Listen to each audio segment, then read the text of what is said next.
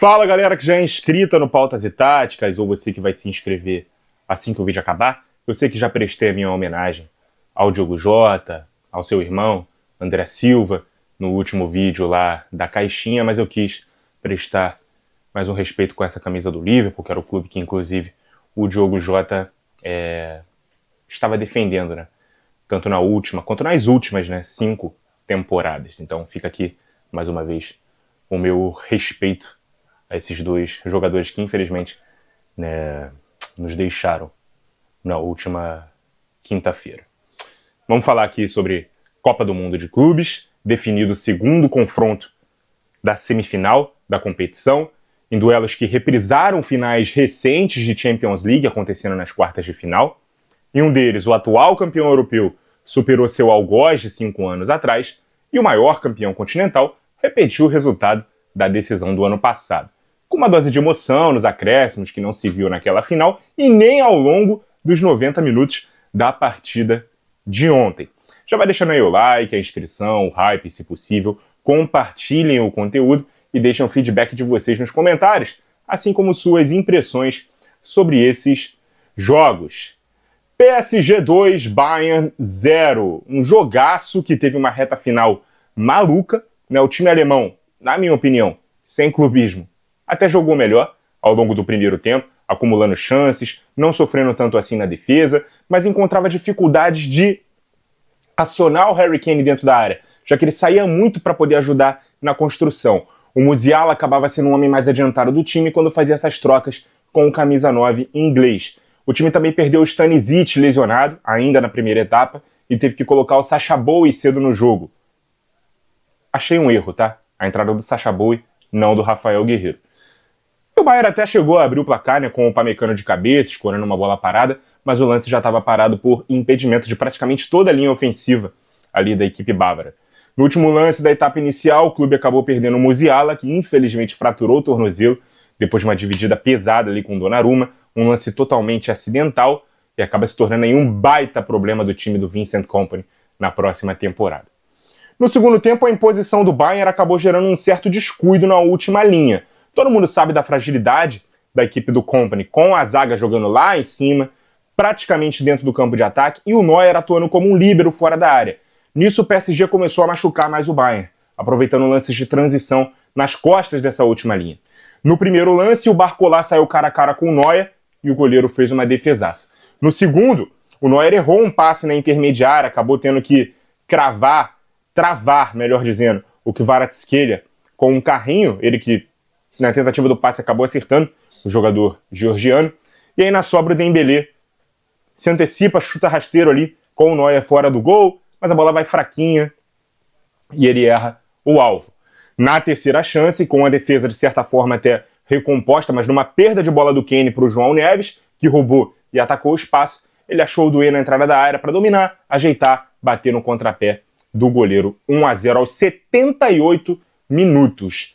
Com o gol, os dois técnicos mexeram no time. O Luiz Henrique, do lado do PSG, colocou mais um zagueiro, né, o Lucas Hernandes, e o Kompany decidiu inserir o Rafael Guerreiro no jogo e invertê-lo com o Laimer, escalando o austríaco na esquerda, o português na direita. Inclusive, Guerreiro entrando no lugar do Boey, corrigindo ali o que ele já tinha feito antes. A ideia era fazer um jogo mais por dentro, acumulando jogadores no setor central, que estava levando vantagem numérica contra o meio-campo do PSG no primeiro tempo, mas parou de levar quando o Gnabry entrou no intervalo no lugar do Musiala, lesionado. 4 minutos depois, o gol do PSG. Depois do gol do PSG, a equipe francesa acabou perdendo o pátio, expulso por uma solada no Goretzka. Mas a ideia da linha de 5 ali do PSG foi mantida, né, com o recuo do Zaire-Emery, que também entrou no segundo tempo, para a primeira linha ali, juntamente com os defensores. Se desenhava ali um ataque contra a defesa nessa reta final de jogo, principalmente pelo PSG ter perdido um jogador expulso, e o Bayern chegou a balançar a rede com o Kane, mas ele também estava impedido. E o PSG perdeu mais um jogador expulso, né? O Lucas Hernandes, que tinha acabado de entrar. Eu não entendi se foi por um movimento com o braço, se foi por ter atingido o adversário com o calcanhar por baixo. O fato é que o vermelho foi aplicado direto e o VAR não se meteu. Então, com 2 a mais, o mais provável era o Bayern chegar ao empate, certo? Errado. O PSG, além de ter acertado a trave com o Dembélé, num primeiro lance de ataque dos franceses nos acréscimos, ainda chegou ao gol exatamente com ele. Jogada ali do Hakimi, que acionou o Dembélé na área, só escorar ali no canto esquerdo. Cara, inacreditável a força mental do time do PSG, mas também a desatenção do Bayern de tomar o gol nos acréscimos de um time com 9 em campo. Eu, como estava torcendo, obviamente, pelo Bayern, fiquei revoltado. Principalmente pelos números do jogo, cara. O Bayern foi melhor num todo na partida, apesar de ter dado muita chance pro azar ali no segundo tempo com essa linha de zaga lá em cima, e abusando da participação do Neuer fora da área no jogo com os pés. A gente já tinha visto isso contra o Flamengo, mas o PSG, obviamente, tem mais capacidade de pressionar. É a grande marca desse time do PSG. A pressão alta. Não atores fazem aquela saída de bola chutando, né, para lateral para poder encaixar uma pressão alta no campo de ataque. Se beneficiando disso, chegou ao primeiro gol e depois num contra-ataque, sem desespero, com 2 a menos, também chega ao segundo. Vamos aos números do jogo? 55% de posse de bola dos alemães contra 44% dos franceses. 13 chutes contra 11 do Bayern. 5-5 no alvo.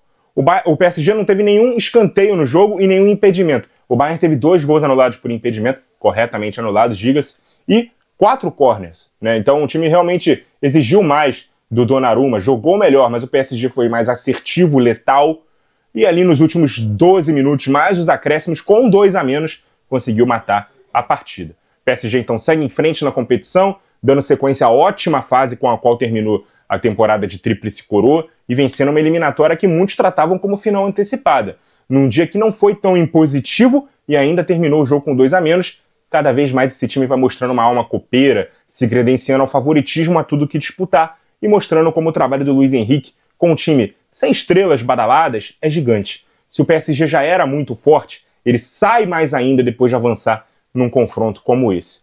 Ao Bayern, que vai perder o Müller, que vai deixar o clube, né, já tinha anunciado, ainda não se sabe se ele vai se aposentar, se ele vai dar sequência aí a essa reta final de carreira em outro lugar. Perdeu também agora o Musiala lesionado, provavelmente por um longo período, boa recuperação aí ao menino Jamal. E aí o Bayern, que já tem grandes problemas para pensar para a temporada 25-26, o Sané foi negociado com o Galatasaray, é uma opção a menos ali para a ponta esquerda. No momento não tem um camisa 10 no time, precisa urgentemente dosar melhor também esse avanço da última linha, né? Porque se o Flamengo não soube punir muito bem essa fragilidade, o PSG se aproveitou dela.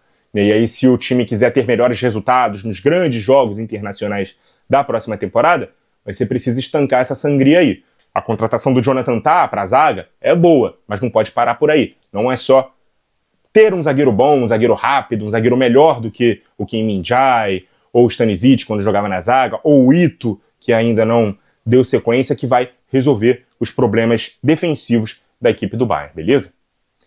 Real Madrid 3, Borussia Dortmund 2. E se teve maluquice no primeiro jogo do dia, o que dizer sobre o que foram os 90 minutos dessa partida e o que foram os acréscimos do segundo tempo da mesma partida. Não pareceu que era o mesmo jogo, tá?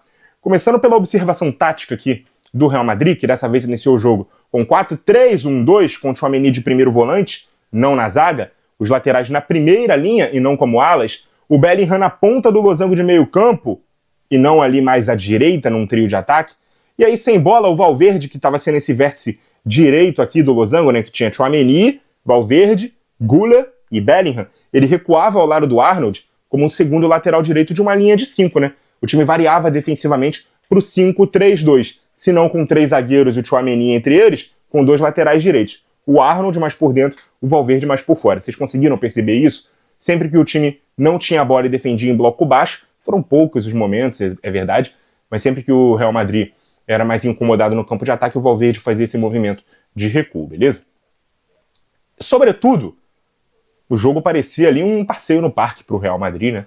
A etapa inicial foi muito impositiva, muito forte da equipe merengue. Mais um gol do Gonçalo Garcia, um gol bonito, inclusive. O Fran Garcia levantou, ele pega de chapa assim, né? Uma bola não muito fácil, de primeira, no alto, abre o placar, já é o 4º gol dele em 5 jogos desse Mundial. Esse gol que saiu aos 10 minutos. E aos 20, o próprio Fran Garcia, que para mim foi o melhor do jogo, e também foi o eleito, né?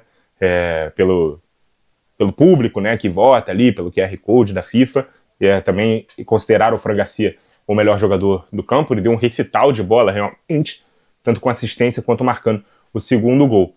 E sempre pareceu que o Real esteve mais perto do terceiro do que o Borussia de diminuir. Inclusive o Vini teve uma boa oportunidade de ampliar ainda no primeiro tempo, né, cavando após uma falha ali da zaga, num passe vertical, mas ele acabou pegando muito mal na bola, sai longe do gol.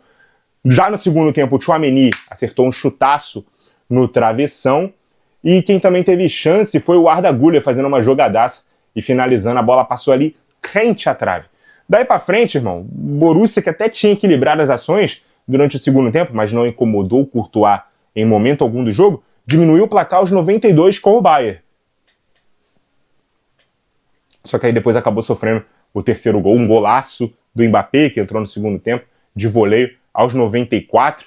O cruzamento veio da direita e ele pegou um voleio muito feliz e depois até homenageou o Diogo Jota também, mostrando pra câmera, né, o número 20 do jogador do Liverpool. E aí, cara, no pontapé inicial ali, depois desse gol, o Haasen, né, zagueiro do Real Madrid, acabou puxando o Guirassy, cometeu o pênalti. O árbitro brasileiro, inclusive, Ramon Abate-Abel, que já tinha expulsado o Asensio no jogo contra o Al Hilal na fase de grupos, também expulsou agora o Haasen, o tirou da semifinal. E muito bem feita, tá? A expulsão. Ele troca ali a possibilidade de gol, né, pelo pênalti. E aí não adiantou muita coisa, porque o Guirassy diminuiu novamente o placar. Então, se ele trocou o gol pelo pênalti, o gol aconteceu de qualquer jeito e ele ainda fica fora da semifinal. E ainda o Sabitzer do Borussia Dortmund teve uma última chance no último minuto de empatar o jogo, mas o Courtois caiu para fazer uma defesaça num cantinho e não houve tempo para mais nada, né? Mas também pudera. 70 minutos de 2-0, os caras resolveram acordar nos acréscimos. O jogo foi totalmente diferente nesses 7, 8 minutos ali que a gente teve nos acréscimos para o que foram os 90, beleza? O Borussia não teve ali um senso de urgência para poder fazer o jogo que fez na etapa final, que não conseguiu fazer, né, ao longo, né, dos 90 minutos, beleza? Números finais do jogo: 15-12 chutes para o Real Madrid. Nem foi assim um massacre estatístico, tá? 8-5 no alvo, 52-48% de posse de bola para o Borussia, ou seja, teve mais tempo a bola, não soube o que fazer com ela.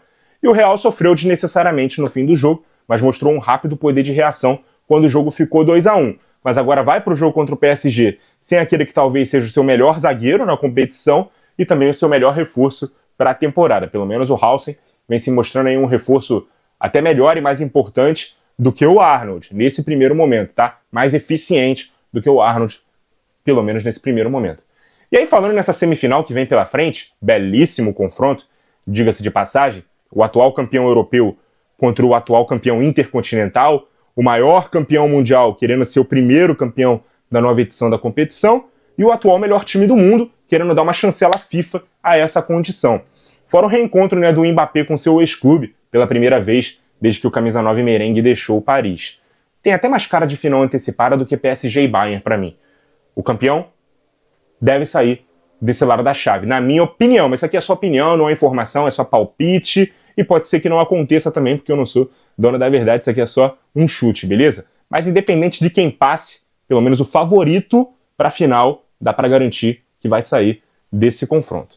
Qual a sua aposta? Quem vai para a final? Chelsea e PSG? Chelsea e Real Madrid? PSG e Flu? Flu e Real Madrid? Deixa a sua opinião aqui nos comentários. Muito obrigado a você que acompanhou o vídeo até aqui. Continue ligado no nosso canal. E até a próxima!